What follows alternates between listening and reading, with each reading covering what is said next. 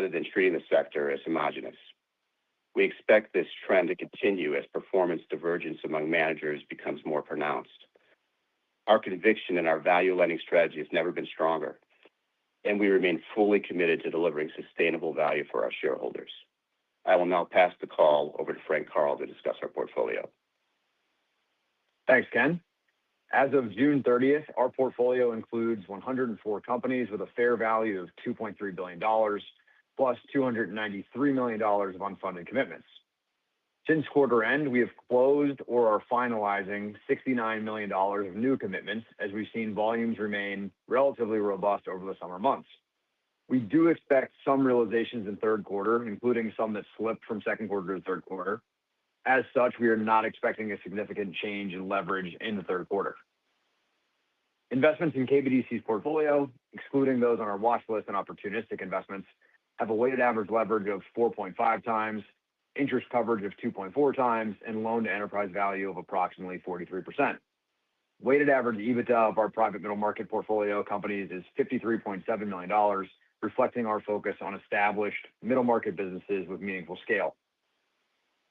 Company count declined by 1, reflecting our exit from the broadly syndicated loan portfolio and some realizations in the quarter.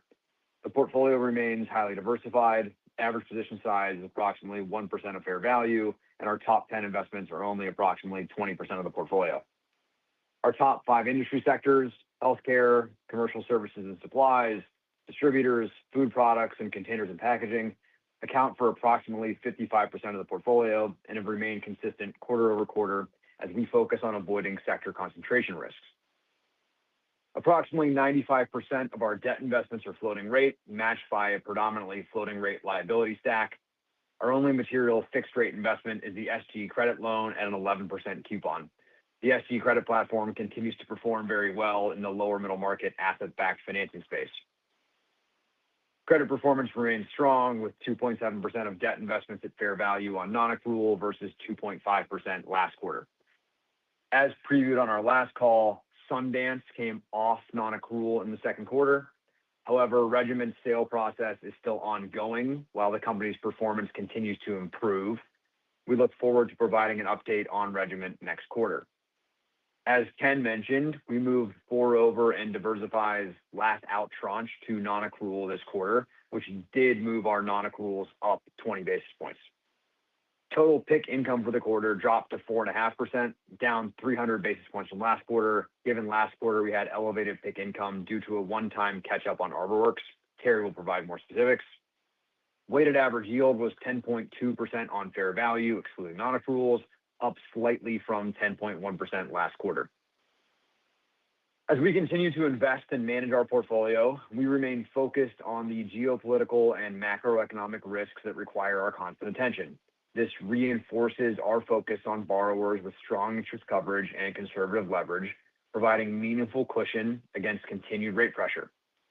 We remain willing to be patient and wait for opportunities that meet our standards rather than deploy capital indiscriminately. Broader market sentiment has kept BDC valuations depressed for several quarters.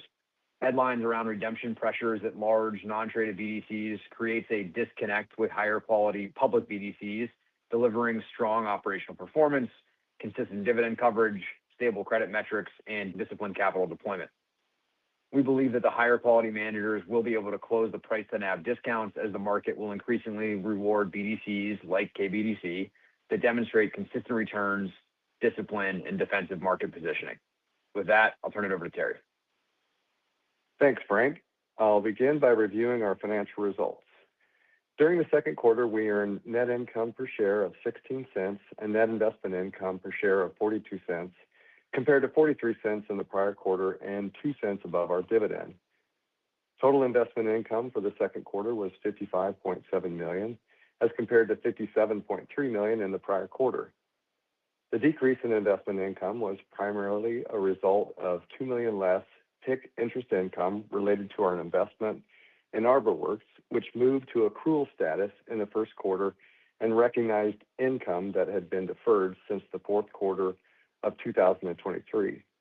Interest income was also lower due to American Soccer being on non-accrual status during the second quarter, but was offset by income from new investments and the rotation out of the remaining broadly syndicated loans. Accelerated amortization of OID related to realization activity was approximately $0.3 million during the quarter, and PIK interest represented 4.5% of total investment income for the quarter. Additionally, the 10 basis point increase in our portfolio yield was primarily a result of rotating out of our remaining BSL positions into higher yielding private credit investments. Total expenses for the second quarter were $28.2 million compared to $28.4 million in the prior quarter.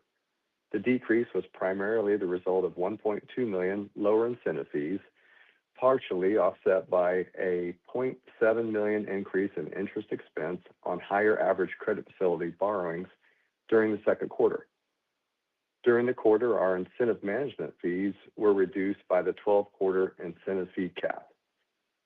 During the second quarter, we had realized losses of $12.2 million related to the liquidation of our investment in Sundance that resulted in a realized loss of $9.4 million, the restructure of our debt investment in Diversify that resulted in a $0.9 million realized loss, and we recognized $1.9 million in realized losses as we rotated out of our remaining broadly syndicated loans.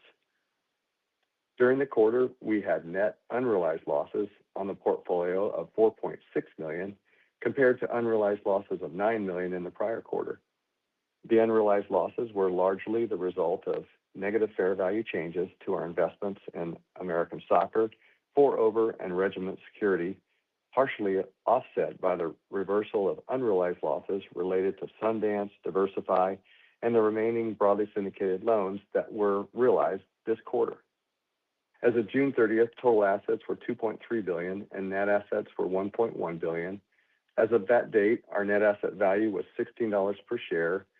The decrease of 23 cents from $16.23 per share as of March 31st was comprised of 26 cents per share related to net realized and unrealized losses, partially offset by 2 cents of net investment income in excess of our dividend and 1 cent related to accretive share repurchases during the second quarter. At the end of the second quarter, we had debt outstanding of $1,238 million, and our debt-to-equity ratio was 1.17 times, which is an increase from 1.05 times at the end of the first quarter. The increase in leverage during the second quarter was largely a result of expected realizations being delayed rather than a deliberate move higher. We plan to operate around the midpoint of our debt-to-equity target range, with some quarters being higher or lower depending on realization activity. Now turning to our distributions. On August the 5th, our board of directors declared a regular dividend for the third quarter of 40 cents per share to shareholders of record on September 30th. As of June 30th, our undistributed net investment income was approximately 26 cents per share. And finally, for the remainder of 2026, we plan to stay focused on our value lending strategy, which we believe will continue to differentiate us from our competitors. With that, operator, please open the line for questions.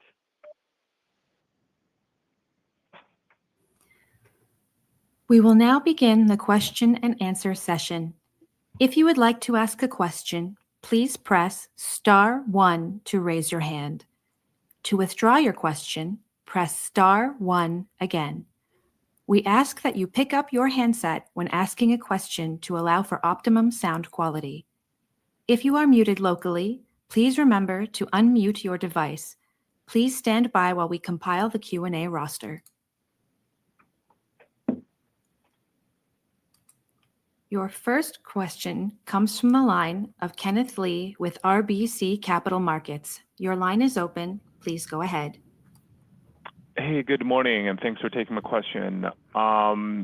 Wondering about prepayment activity, I realize it's difficult to predict, but any kind of outlook around where or what levels prepayment activities could trend over the near term there? Thanks.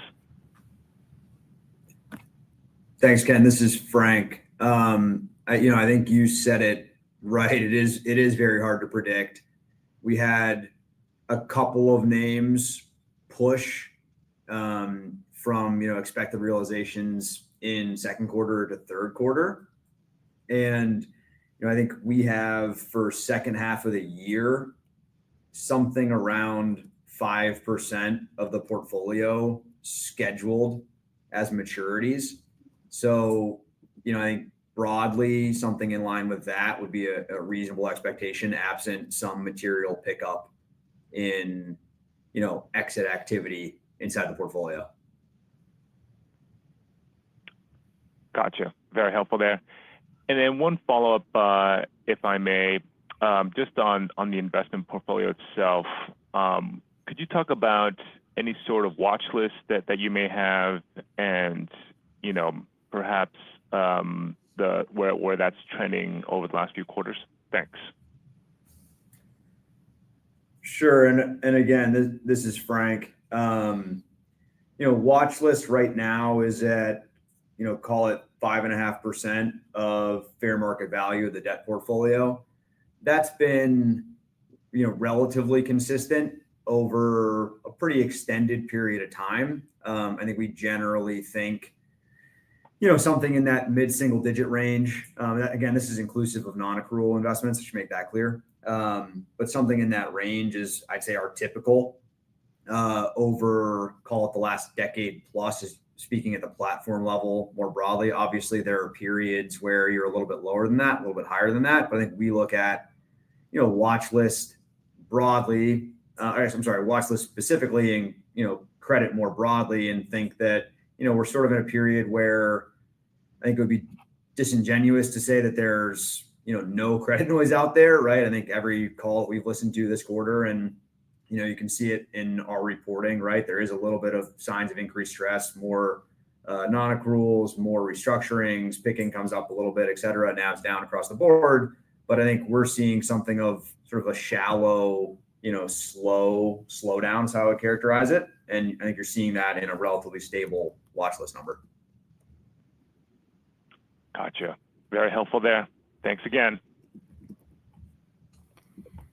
Your next question comes from the line of Paul Johnson with KBW. Your line is open. Please go ahead. Yeah, good morning. Thanks for taking my questions.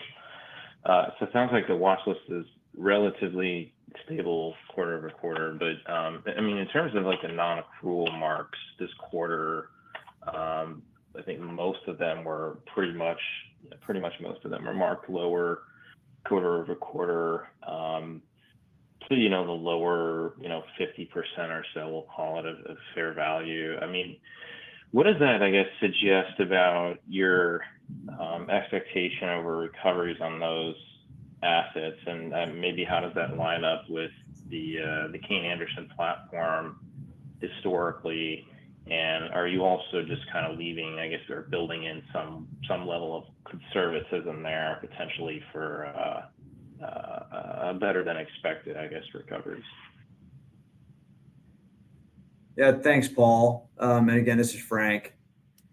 Yeah, I think, we certainly saw some downward moves on the watch list broadly. I would call out that, Regiment, the last out piece there, yes, there was a markdown in second quarter. We're expecting an exit in the third quarter that has a little bit of upside to that current mark. So not all negative, broadly speaking.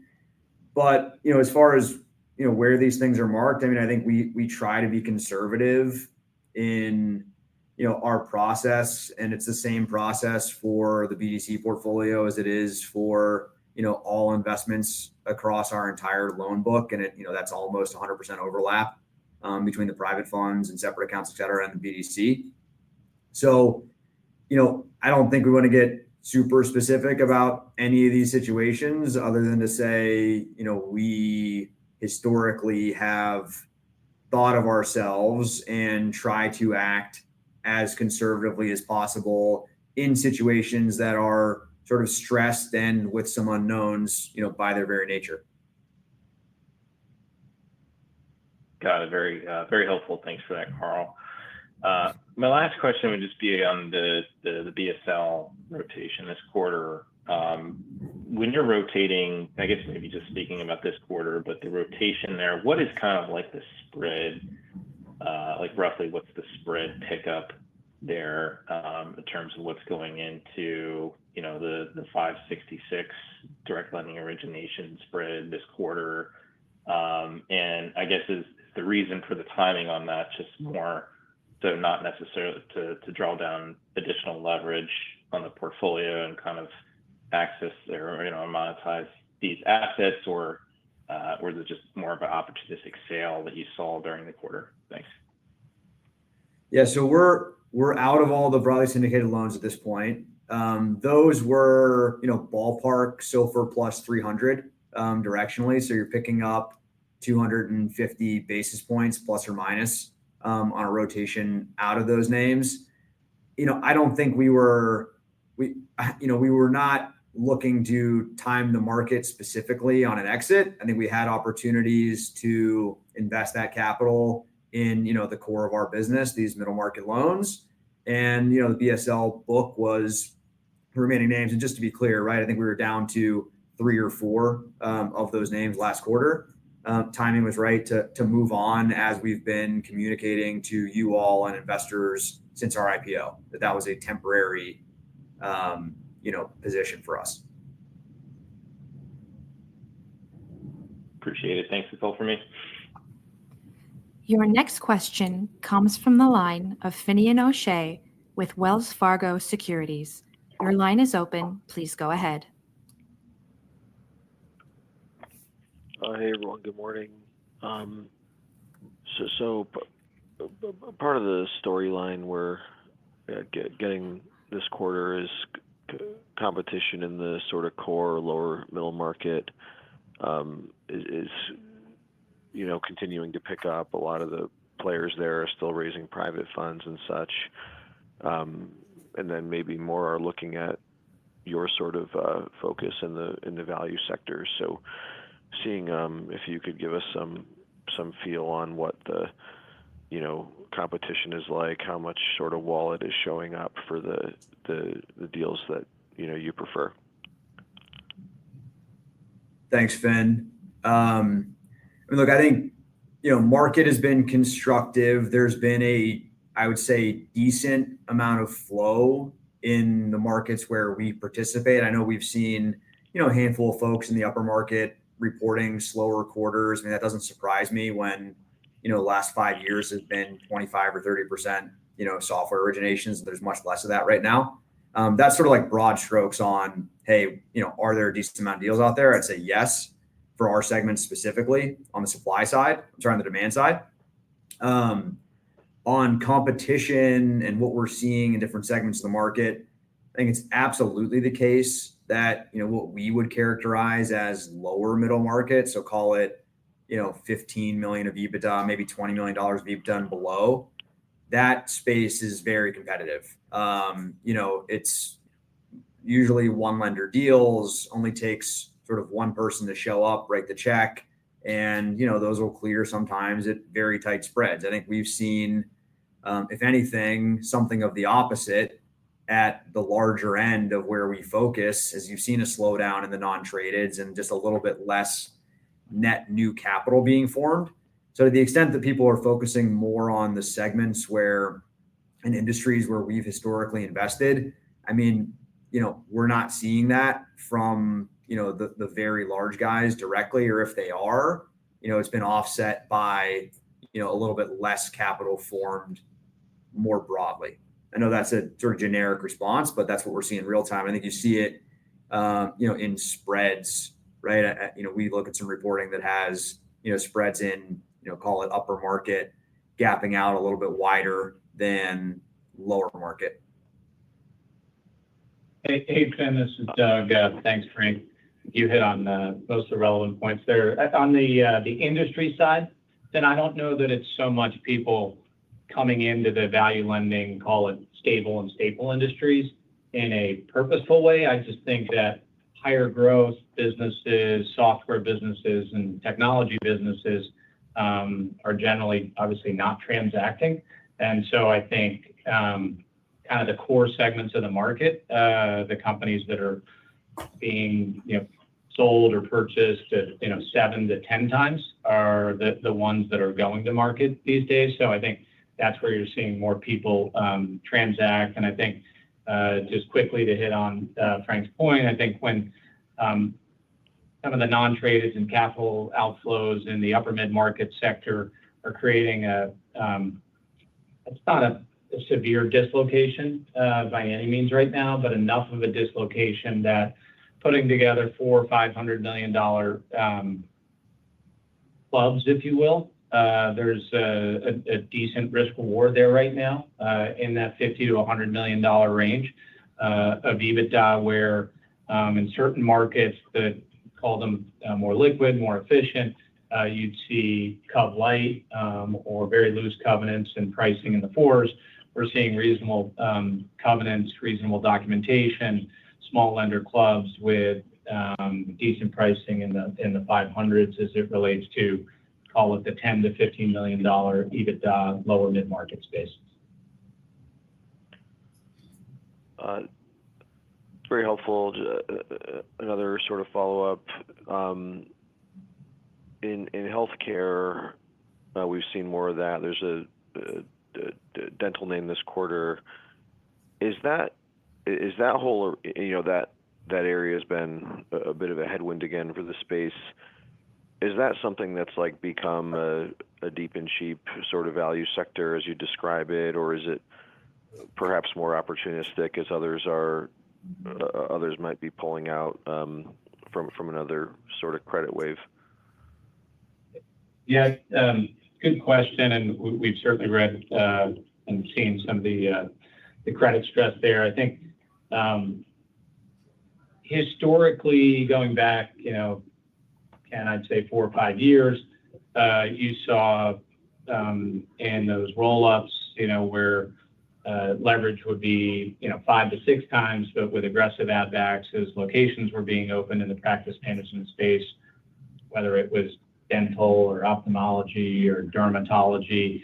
We largely stayed away from the space during that time.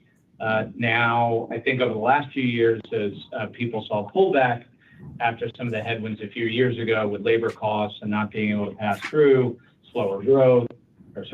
costs combined with slower growth, leverage multiples then really normalized in the 4 to 5 times range. I think I'm not going to put Frank on the spot, but I would say our average leverage for our practice management businesses is probably still mid-4s.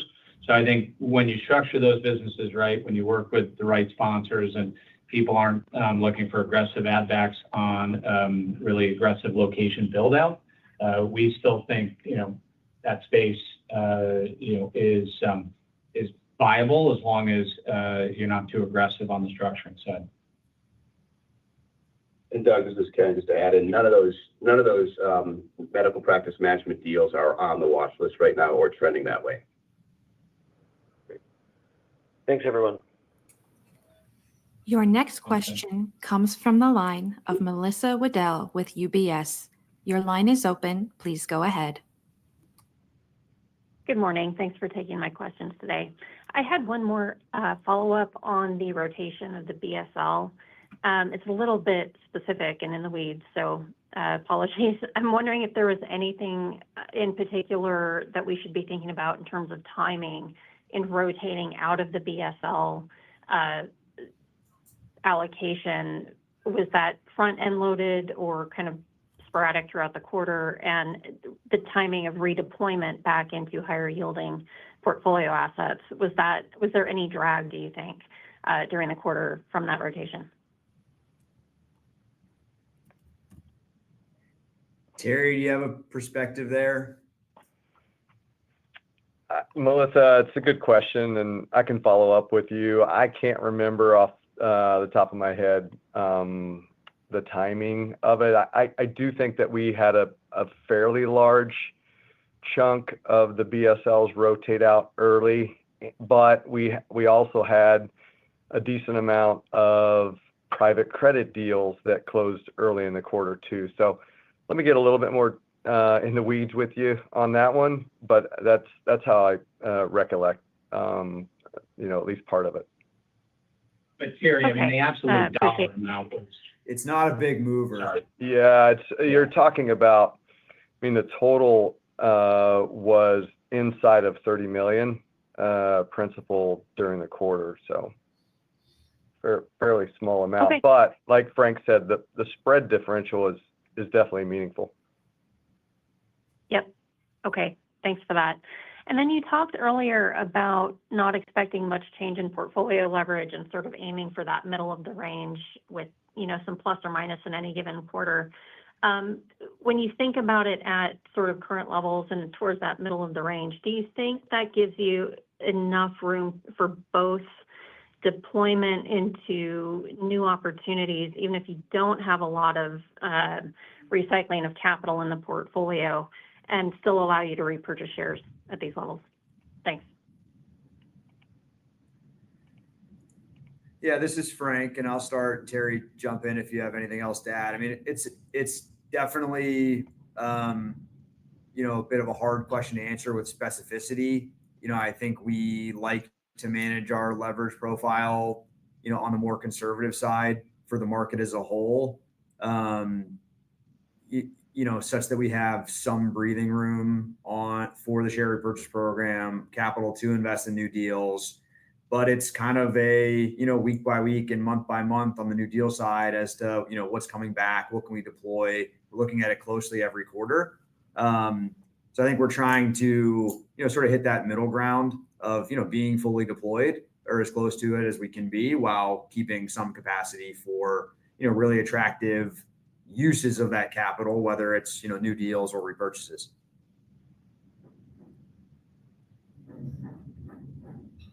Thank you. There are no further questions at this time. I will now turn the call back to Ken Leonard for closing remarks. We appreciate the continued support and engagement from all of our shareholders and analysts. We feel very good about where the business is positioned today. We have a clear strategy, a strong team, and significant opportunities ahead of us. We know that ultimately we'll be judged on execution, and that remains our focus each and every day. Thank you all for joining us today, and we look forward to updating you again next quarter. This concludes today's call. Thank you for attending.